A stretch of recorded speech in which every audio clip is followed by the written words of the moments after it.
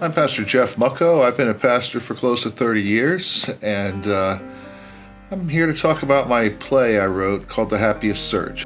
Well, The Happiest Search is the story of from Matthew chapter 2, 1 through 12, where the Magi come to King Herod and they ask, "Where is the one born King of the Jews?" And I always thought that conversation was a lot more awkward than the Bible gives it justice to in our reading. It says that all Jerusalem was terrified as well when the king heard this, so we don't know what really happened from that. But my assumption is he didn't take it well. So I just thought that would be an interesting conversation, and then to see how they got to where the King of the Jews was. And I also based it off an old story a long time ago by Henry Van Dyke called The Other Wise Man, which was about the fourth wise man he wrote that couldn't make the trip. He didn't get there in time, and so he went his own way to find the King of the Jews. And it's a great little story, and I thought there needs to be something more to this story. I work for Epiphany Lutheran Church and School.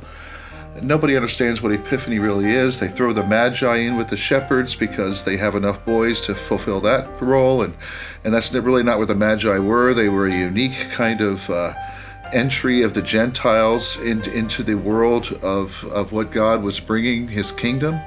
And so it's a very important story.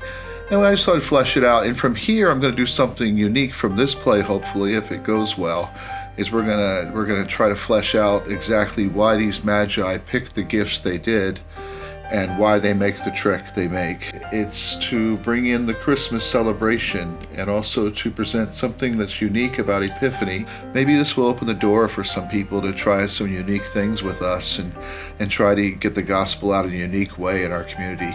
Who knows? I don't know. I'm just a guy. So I was realizing I've got some pretty good actors in my own congregation.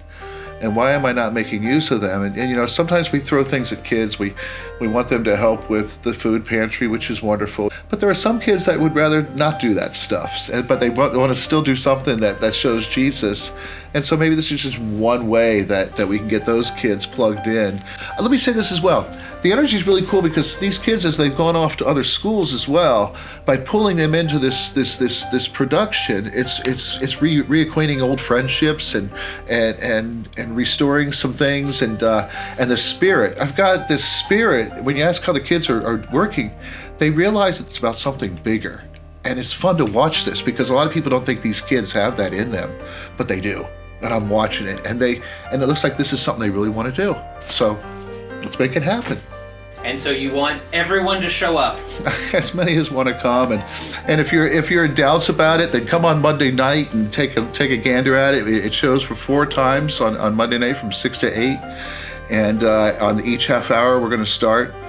And if you really like it, then invite lots of people the next night. There's no limits to how many people we can accommodate. We're just happy to have them. We got lots of things that we want to send home with you and help make your Christmas just a better place and a better time.